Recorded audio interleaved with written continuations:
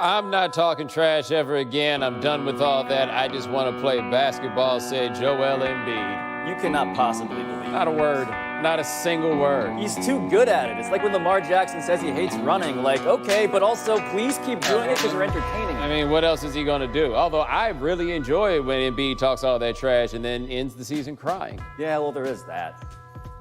Let's start with the Rams, who visit the Seahawks tonight to play a game we should discuss as a matchup, a great matchup, in fact, of 3-1 division rivals, except the Rams don't feel like a 3-1 team after Sunday's loss to the Bucs. The offense that made Sean McVay a superstar and Jared Goff a zillionaire hasn't looked great since late last season, a fact brought to the forefront 4 days ago when Todd Gurley barely touched the ball and Goff gave it away 3 times. Pablo, who do you think needs a good showing more, Goff or Gurley? I think it has to be Goff because Todd Gurley has arthritis in his knee, or so it has been reported. Jared Goff has a disease where he looks like he's like Brock Osweiler. It's bizarre what's happening to him, and it seems to date back to that shootout against the Chiefs last season, where they beat Mahomes and he was amazing, and then after that there was the bye week, and after that they played the Lions, and it looks like, per smart NFL people, Matt Patricia figured something out, and it seems like the weakness that Goff has is that there is a plan against him that's really working. Put 6 up front heavy, have people in the back in the secondaries try and fool him, and he's getting fooled over and over again, it looks like. Well, that seemed to have been part of it, right? I'm not the X and O guy, so I got to trust the people that do that more than I would ever trust myself.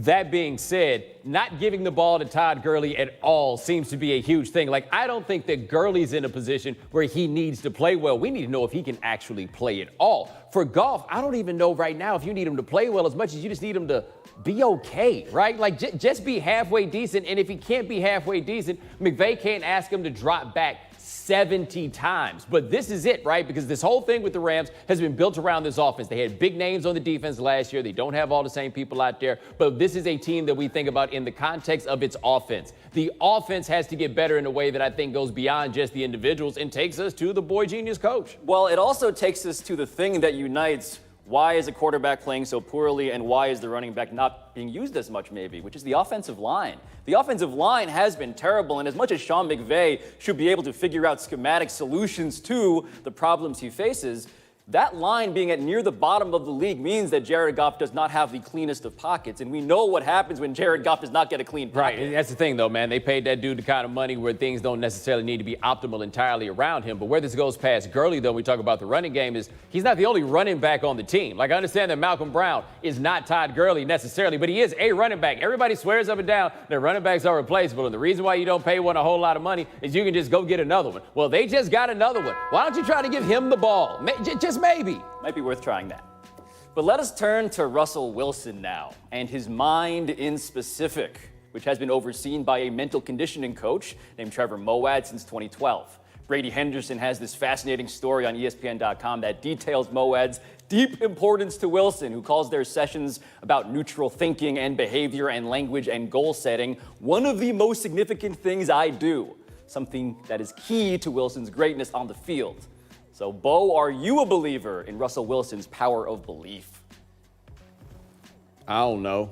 All right, so you got this dude, and y'all go and y'all think about stuff. Like the guy, one point he made, he said he can't get guys to meditate, right? He's like, that's one thing he couldn't get guys to do, but I can get them in, and if they work with me, I can do this stuff, and we can visualize these situations. Like, it seems to be all of that stuff. Maybe it works, maybe it doesn't. I personally would not be able to tell the difference whether or not Russell Wilson was or was not doing those things. He says they are helpful. Is there a placebo effect perhaps in play? I have absolutely no idea, and even if it's the greatest thing in the world and makes them see these things so much better, I have no idea what the marginal benefits are of this. What I do know is when you're rich, you can just pay for this kind of stuff. If it works, it works. If it doesn't, it doesn't. This is exactly what a rich person should be doing, treating your brain as something that is worthy of treatment and improvement. And you're right on the placebo effect stuff. Who knows? Maybe it is entirely just a mental thing, but if that's the case, then we should all aspire to replicate this effect. My main question when I heard this story, though, was how nano bubbly is this? Remember when Russell Wilson was hawking nano bubbles and he said, "This is how I prevent concussions," and we all laughed at him because that's patently ridiculous? It does seem in Trevor Moawad's defense that this is kind of the opposite in as much as it's also kind of hippie. He's not saying, as you point out, meditate. He's not saying mindfulness. He's not saying any of that stuff. He's just saying, Let's focus on what you can control going forward, which is behavior. Let's focus on behavior instead of the loosey-goosiness of trying to get your zen, and that might make sense for athletes like Russell Wilson. Yeah, but does that actually have a tangible effect? Is it actually doing something? Because what you broke down there was that the hustle is different, right? Like, I'm not trying to sell it to you this way. I'm selling it to you that way. That doesn't tell me anything about the actual effect of this stuff. And I have this question. If there's anything that Russell Wilson seemed to have a pretty good handle on, it's its own behavior. Like, he didn't seem like a guy that was like, yo, man, I need somebody to help me, like, behave. He seems to have behaving all the way down. So, hey, if he thinks it works for him, it ain't my money to spend. You go ahead and do that. If this dude comes up to me and tells me that he's going to try to sell me this and it'll change my life, I'm keeping my money. I might pay him. Bo, and it's simply because I recognize that, like, being better with controlling emotions, controlling behavior, that's something that we should all aspire to. Okay, and then, if that guy's legit, then pay me, because I could teach you some stuff too. How about that? Pay me a little, see if it works. Are you sure you can? I'm pretty sure. Got credentials? Who cares? Now to Stephon Diggs, it seems to have had it up to here. But with whom? Diggs missed practice Wednesday, and Thursday he said he wasn't feeling well the day before. Oh, and he also said, quote, there's truth to all rumors, but he isn't saying he wants to be traded? Stephon, have you asked for a trade? Huh? Have you asked for a trade? Have you bumped? I haven't communicated anything. More so, the conversation I have has only been about team and trying to have success on the field.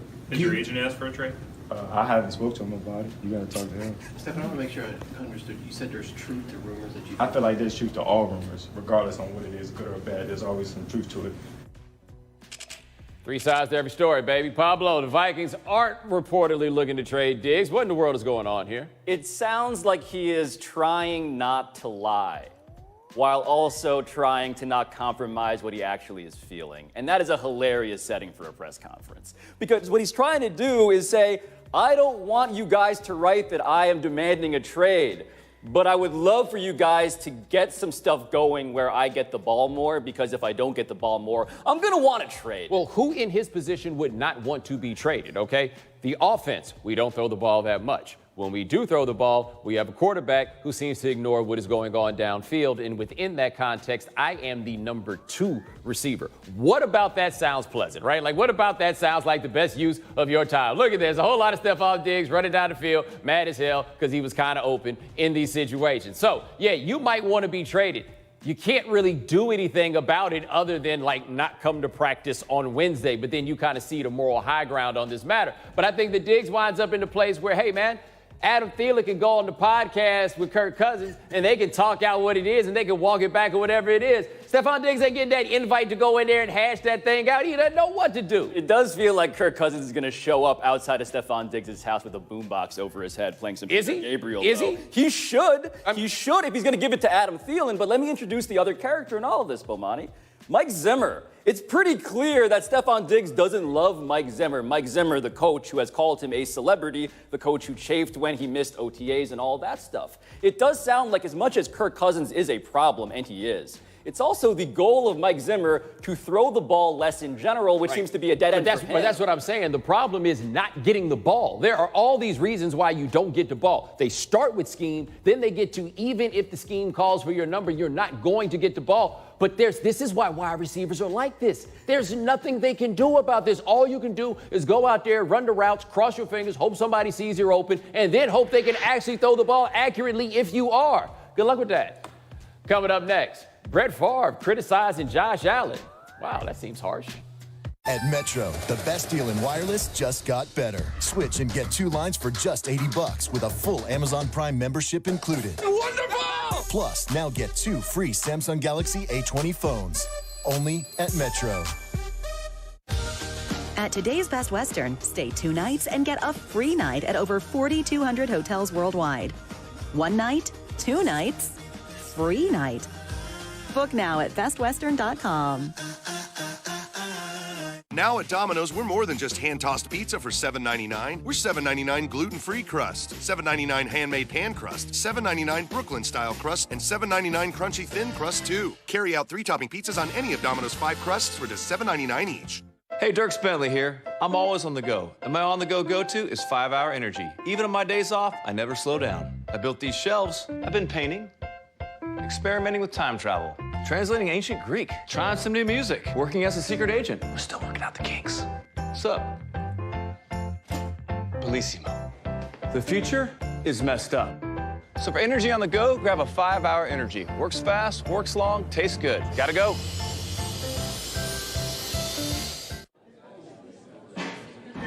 Lower carbs, lower calories,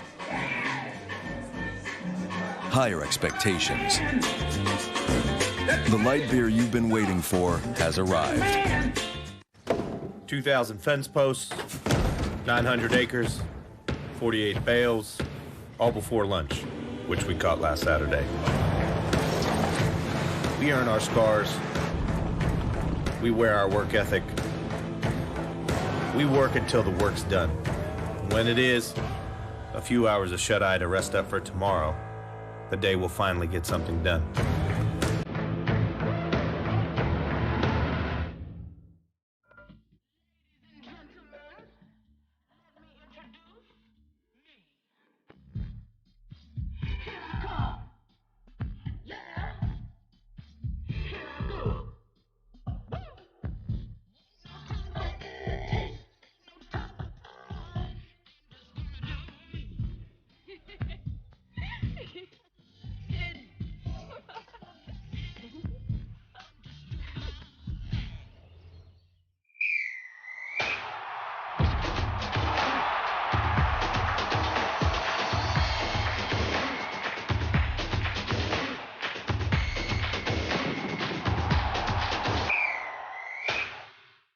ABC Sunday. What do you do in your bowling ball cleaning business? I ask, would you like your balls polished or clean? I had that same job at about 22.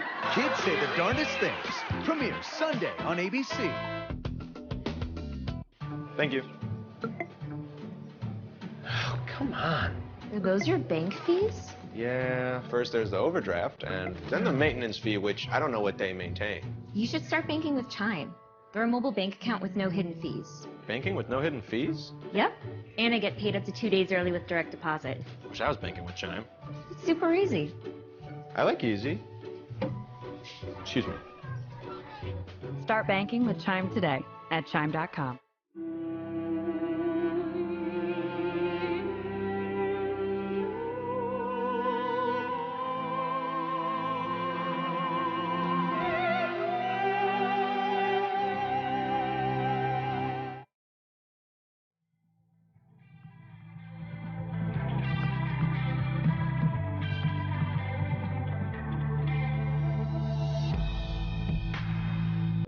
High Noon is beamed to you from above the Heineken River Deck at Pier 17. All right, this is Miley. She is 12 years old. Oh, that's Miley. Oh, didn't see that coming. Didn't see that coming either. And she is partying in the USA after that. That is impressive and wildly disrespectful, and... You think we're going to let that slide? I was hoping you guys... Okay. All right, seems like the answer Why are you waiting so long to boo? Like, why do I have to be the bad guy before you guys step up with what you knew was the only appropriate response? Yay. There you go. Quote. From a coach's standpoint, they're going to have to demand that he not play as reckless as he has. You got to be smarter. Said Brett Favre to The Athletic about Josh Allen. Pablo, is this smart advice? I think it is smart advice, but it's also like Kevin Hart telling someone else, hey man, you're making too many movies. Like, he is simultaneously the best and worst messenger for this message. Best because he knows all of the pitfalls and downsides. Worst because this is what Josh Allen loves about Brett Favre.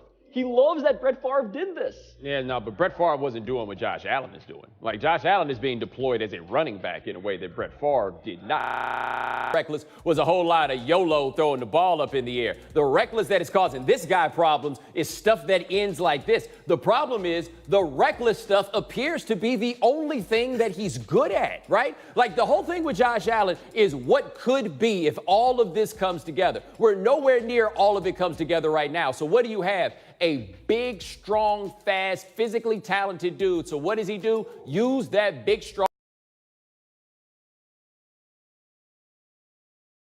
fast body, and that involves him taking some licks. That is a wild highlight that would require you to take some licks, but it is worth noting that Mike Holmgren tried to pay Brett Favre to slide when he wouldn't do that. offered him thousands of dollars early in his career, and it ultimately did pay off. But the difference that you mentioned is real and stark because Brett Favre had, I believe, 14 rushing touchdowns in 2 decades.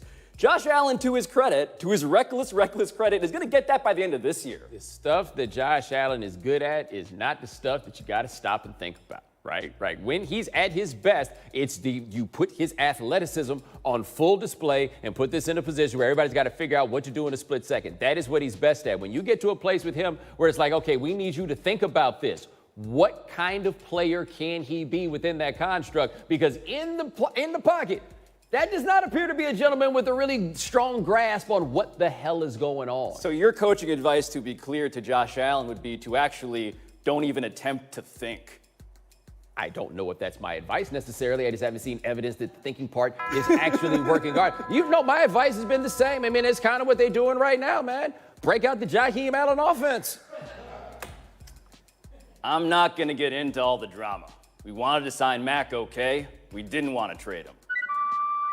Said John Gruden about Khalil Mack. So, Bomani, are you buying that? He didn't want to trade him. He just did when they weren't obligated to do so. And look, man, I know they got 2 first-round picks for him. That's a big thing. It's a haul that you would like. You guys who value picks more than people tend to really get into that sort of thing. Have you ever seen that dude play? Right. There's no way in the world that you trade him unless somebody absolutely makes you do it. And nobody made John Gruden do it. Therefore, I can only assume that that's what he wanted. John Gruden is trying to thread the needle here. He's trying to say, we wanted him. And I do believe that John Gruden would prefer having the guy who comes closest to like Lawrence Taylor in the modern NFL. I do believe that to be true. But he did not want to pay for him. And that's the distinction. Khalil Mack wanted his true market value to be realized in accordance with all of the talent that we just described. But John Gruden wanted to sell high, even though it was actually selling low. Right, I think it's so stupid. We didn't want to pay him. If you don't pay him, you don't get to actually have this dude on your team. Look, the Raiders, since Mack left, have 18 sacks. Mack, since leaving the Raiders, has 17 sacks. Can you imagine what it's like for John Gruden this week, sitting there running that film, trying to figure out what are we going to do against Khalil Mack? That is something that you, John Gruden, never would have to consider if Khalil Mack played for your team. Do you realize how much more sleep he would be getting this week if he had simply not made this move? Because, I mean, I told you, I watched him when he got to the Bears, and I was like, I clearly have not watched the Raiders play before because I laughed off these Lawrence Taylor comparisons until I watched it, and I'm like, no, this looks a lot like Lawrence Taylor. Who the hell trades the dude that looks a lot like Lawrence Taylor? And the bad news for John Gruden is specifically that Khalil Mack is taking this personally. Khalil Mack has been saying this week that he's essentially mad now, that this is about revenge, and my God, Khalil Mack, when he is just neutrally trying to attack people, is already horrifying. When he's trying to prove a point about how good he is to John Gruden, how many sacks is that going to be? And Trent Brown, the left tackle, and I mean, this ain't really got nothing to do with you. Now, it's totally possible that he could come out here and beast because he's a good player. And for his own sake, I hope he does. But for America, if he winds up getting the blues, it's not really all his fault. In fact, for England, because we taking this overseas. Oh, that's right. Yeah, we taking this overseas, baby, to the Brits. This Trent Brown guy is actually good at football. He's just playing against a superhero. Coming up next, Brandon Marshall, future heavyweight champion.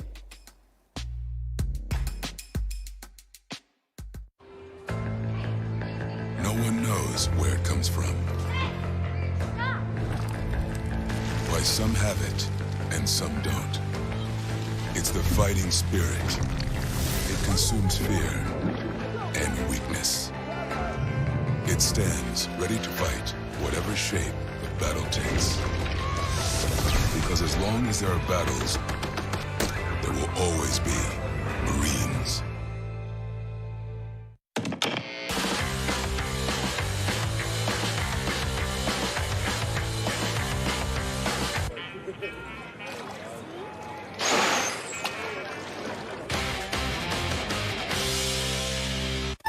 Switch to Metro and get 2 free Samsung Galaxy A20 phones with epic HD screens so you can enjoy your favorite content on the newest devices.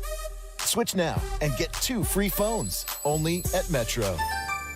Football is back at Dave & Buster's with all-you-can-eat wings plus a $10 game card for just $19.99 every Sunday, Monday, and Thursday. Yeah, you heard me right. All-you-can-eat wings plus a $10 game card for just $19.99. Watch the games and play the games only at Dave & Buster's.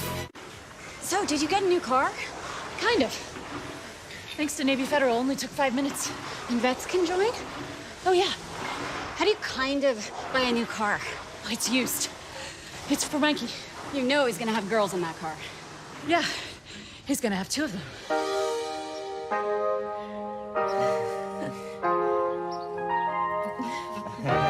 Great benefits for veterans. From Navy Federal Credit Union, our members are the mission.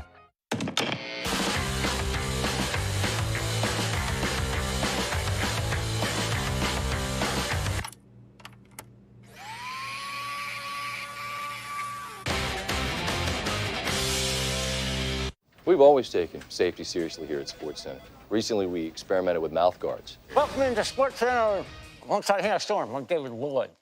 What about the end that he doesn't want Aaron Rodgers or audible? I mean, just after that, you're eating the cheese, you're eating the first highlight. Okay. Donovan Sue, your car is being towed. Sage and Fendi coming up. We go, oh, that's... Boom for next. What? Boom for next. Whoa! At the end of the day, we just got rid of them. There's too much drooling. In an era of online retail where everything is just a few clicks away, buying a car should be no different. That's why at Carvana, you can buy a car 100% online. We made it easy to browse, view, and buy from over 10,000 cars. You can even trade in your old car, all while binge watching your favorite TV show. Afterwards, we'll deliver your car to you. Or you can pick it up from one of our car vending machines. Either way, your car comes with a 7-day return policy. So grab a seat, relax in your comfy pants, and enjoy the new way to buy a car at Carvana. Laser X, the #1 home laser tag game on the planet. Your neighborhood is the arena. Join Team Red, Blue, or go rogue. There's the original Laser X Blaster, the rapid-fire long-range blaster, the compact micro blaster, the fusion modular blaster, and now the all-new Laser X Morph Blaster. Morph literally morphs from a compact target game into a full-size Laser X Blaster with a 300-foot range. Play blaster to blaster, or wear the armband for classic Laser X play. Plus, morph back to training mode with 3 different games that test speed and skill. Inside or out, day or night. All Laser X gear works together. The longest blasting distances. Plus, an unlimited number of players. You can get the brand new Laser X Morph double set for $49.99. Plus $9.99 processing and handling. Batteries not included. Extra blasters sold separately. Must be 18 or older to order. The original, the ultimate Laser X. All right, so we got former UFC champion Michael Bisping. He was being asked about injuries that he had suffered that the people might not have known about. Look what he did. Get a load of this. Check this out. Look at this, baby boys. Wait for it, wait for it, wait for it. Oh! You know what I'm saying? There you go. You know what I'm saying? That's why I used to wear sunglasses, baby boy. Hold on, That's let's put what that happened. back in. Holy Yeah. You ever seen Brother from Another Planet? I have not, but does that happen? Does this happen in it? Yeah, detached retina that, happened here. Oh, Lord. I slept with my contacts in last night, and I felt pretty terrified, and now I feel like even less of a macho man than I did before seeing this dude. I agree. It's dangerous, though. You could actually detach your retina that way. 35. That's Brandon Marshall's age, and he apparently seriously is saying that he's in training to become the heavyweight champion of the world with his first fight planned for May of 2020. Let's watch what he had to say. I'm about to do the unthinkable. 13 years NFL, 35, phenomenal shape, just went 24 rounds. I'm about to do the unthinkable. Heavyweight champion of the world. A lot of people didn't try and failed. I promise you, Joshua, Wilder, Ortiz, Fury, all them boys, y'all can get it. I'm telling you. Y'all not tough, y'all not strong. Where I come from and what I've been doing in my life, bro, I'm built for this. I promise you that. I'll see you next May. Pablo, you even giving him a smidge of a chance of being a successful boxer. A smidge, sure, because part of success in boxing is promotion, and he has done well by any standard at that before he even really got into a ring in any serious fashion. But it does seem like we are just assuming that because a guy is really good at a sport that involves combat, which is football, that he'll be good at a sport that actually requires a lot of craft. Like, boxing is the sweet science for a reason, and I would imagine that's harder than Brandon Marshall, as athletic as he is, would imagine. But I tell you, you say we're assuming that he could do this. Where's the we? Who are the people that are making this assumption? I mean, Part of the success of being a boxer, I would say, is not just about promotion. It's also in carefully selecting the people that you fight. And I do think that they can find enough people for him to fight that he could beat for this to be a successful endeavor for him. Now, we talk about, like, getting to the height of this, like getting to the fighting the actual champions.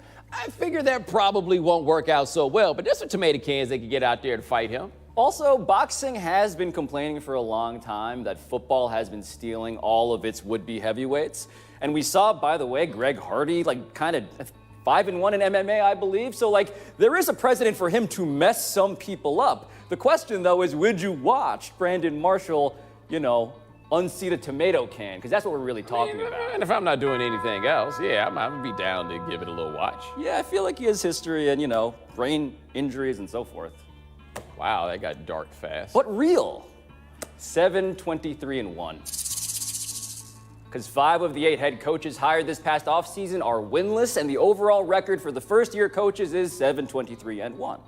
Bomani, why do you think so many first-year head coaches are struggling? Well, to be fair, part of the reason why those teams have first-year head coaches is because they weren't good last year, right? So let's take a look at our wall here. Adam Gase, you coach the Jets. Cliff Kingsbury, you coach the Cardinals. Brian Flores, they're not trying to win. Zach Taylor, you coach the Bengals. And Vic Fangio, you work for John Elway. I feel like we can answer the whole board just that quickly. I love that we chose this photo for Cliff Kingsbury, the man that we all compare to Ryan Gosling, who in his defense, by the way, must be thinking, I have a tie.